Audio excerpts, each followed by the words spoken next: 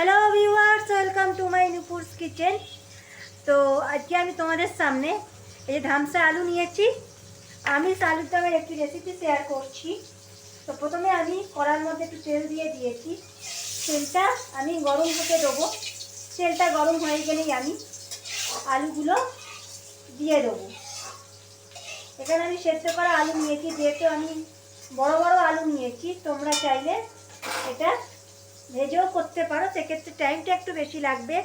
তো ঠিক এইরকম সাইজের বিরিয়ানির মতন আলু কেটে নিয়েছি। আচ্ছা, আলুগুলোকে ভাজার জন্য তেলের মধ্যে একটু দিয়ে দেবো 1 চিমটে হলুদ।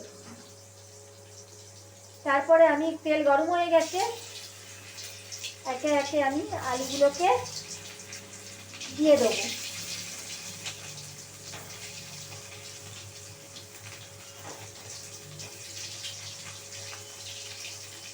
আচ্ছা, আলুগুলো আমি সেদ্ধ করার সময় নুন দিইনি, ভাজার সময় অল্প একটু আমি নুন দিয়ে দেবো। আগে সমস্ত আলুগুলো তেলের মধ্যে আমি দিয়ে দিচ্ছি। আমি একটা আলুকে, বড় বড় যে ধামসা আলু হয়, সেই আলুগুলোকে আমি 4টে পিস করেছি। এবার পড়ে যাচ্ছে পরিমাণ মতো নুন,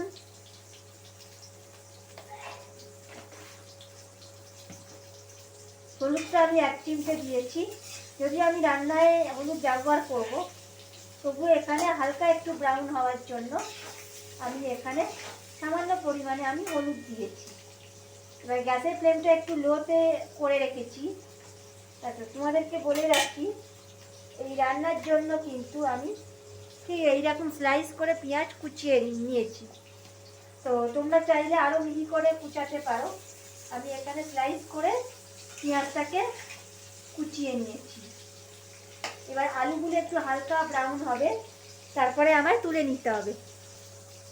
আলুগুলো আমার ভাজা হয়ে গেছে। তো খুব বেশি আমি লাল লাল করে ভাজছি না, এটা সেদ্ধ করা আলু। তো এটাকে আমাকে একটু ভালো করে কষাতে হবে। যেহেতু এটা আমিষ আলুর দম, তাই এটা ভালো করে কষিয়ে তবেই এটা খেতে ভালো লাগবে। আলুগুলো আমার কষানো হয়ে গেছে, মানে ভালো করে ভাজা হয়ে গেছে। এবারে আমি একে একে কড়াইতে যে তেলটা আছে, তেলের মধ্যে আমি আগে দিয়ে দিচ্ছি 2টো তেজপাতা। তার সঙ্গে এখানে সাদা জিরে অ্যাড করে দিচ্ছি। আর এখানে আমি কোনো রকম শুকনো লঙ্কা অ্যাড করছি না, তো দিয়ে দিচ্ছি আমি এখানে কাঁচা লঙ্কা। তোমরা চাইলে শুকনো লঙ্কাটাও অ্যাড করতে পারো, অবশ্য আমি রান্নায় কাঁচা লঙ্কা ইউজ করছি। এবার এই যে তেলটা আছে, একটা ফোড়নের সুগন্ধ বেরোলেই এখানে আমি কিছু গোটা মশলা আমি এখানে দিয়ে দেবো। এটা গোটা মশলার মধ্যে ফার্স্টে আমি দিচ্ছি দারচিনি আর লবঙ্গ। তার সঙ্গে আমি এখানে দিয়ে দিচ্ছি একটা ফাটিয়ে নেওয়া এলাচ। আর কিছু আমায় দিতে হবে না।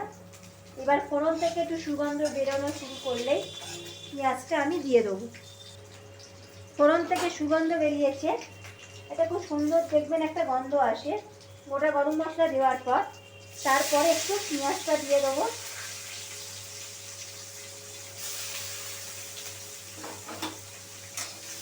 আমি এখানে কিন্তু পেঁয়াজ বাটা দিলাম না, পেঁয়াজ একটু লাল লাল করে ভেজে নিতে হবে। খুব বেশি বেরেস্তার মতো ভাজবো না, একটু লাল লাল করে পেঁয়াজটা, যতক্ষণ না কালারটা চেঞ্জ হচ্ছে। তো পেঁয়াজটা যতক্ষণ আমি ভেজে নিচ্ছি, অল্প একটু নুন দিয়ে দেবো, তাতে করে একটু নরম হয়ে যাবে। তারপরে বাকি বাটনা মশলাগুলো আমি দিয়ে দেবো একে একে। আচ্ছা, এবারে আমি পেঁয়াজটা নরম হয়ে গেছে, ক্যাপসিকাম কয়েকটা কুচিয়ে নিয়েছিলাম। এটা অপশনাল, যদি আপনারা ক্যাপসিকাম না থাকে তো দেবেন না, কিন্তু এটা দিলে আরেকটু সুন্দর একটা স্মেল আসে। এবার পেঁয়াজ আর ক্যাপসিকামটা একটু ভাজা ভাজা করে নিতে হবে।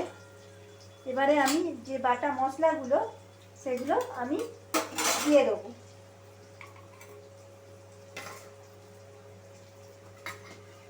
আচ্ছা, এখানে দিয়ে দিচ্ছি আদা রসুনের একটা পেস্ট, তার সঙ্গে কাঁচা লঙ্কা। এটা খুব অল্পই দেবো, খুব বেশি দেওয়ার দরকার নেই। তো তোমরা যারা নিরামিষ আলুর দম খেয়েছো, আমি নিরামিষ আলুর দমের রেসিপিও তোমাদের সামনে বেশ কয়েকটা শেয়ার করেছিলাম। তো এটা সম্পূর্ণ আমিষ, এটা পরোটা দিয়েও ভালো লাগবে, ফ্রাইড রাইস দিয়েও ভালো লাগবে, বা রুমালি রুটির সাথেও দারুণ যাবে।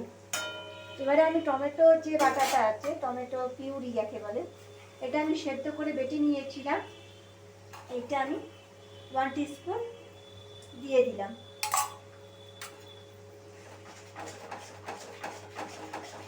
এবারে একটু কিছুক্ষণ ধরে একটু 2 মিনিট মতন আমাকে একটু কষিয়ে নিতে হবে। যত বেশি কষাবো তত খেতে ভালো লাগবে। আচ্ছা, তোমাদেরকে আমি দেখিয়ে দিচ্ছি এখানে যে এবার আমি কিছু গুঁড়ো মশলাটা দিয়ে দেবো, যেটা ধনে গুঁড়োটা ফার্স্টে দিয়ে দিচ্ছি। তারপরে আমি এখানে দিয়ে দেবো জিরে গুঁড়ো, তোমরা এখানে জিরে বেটেও দিতে পারো। এবারে আমি দিয়ে দেবো ফেটানো টক দই, এখানে কাশ্মীরি লঙ্কার সাথে টক দই আমি একটু ফেটিয়ে নিয়েছিলাম।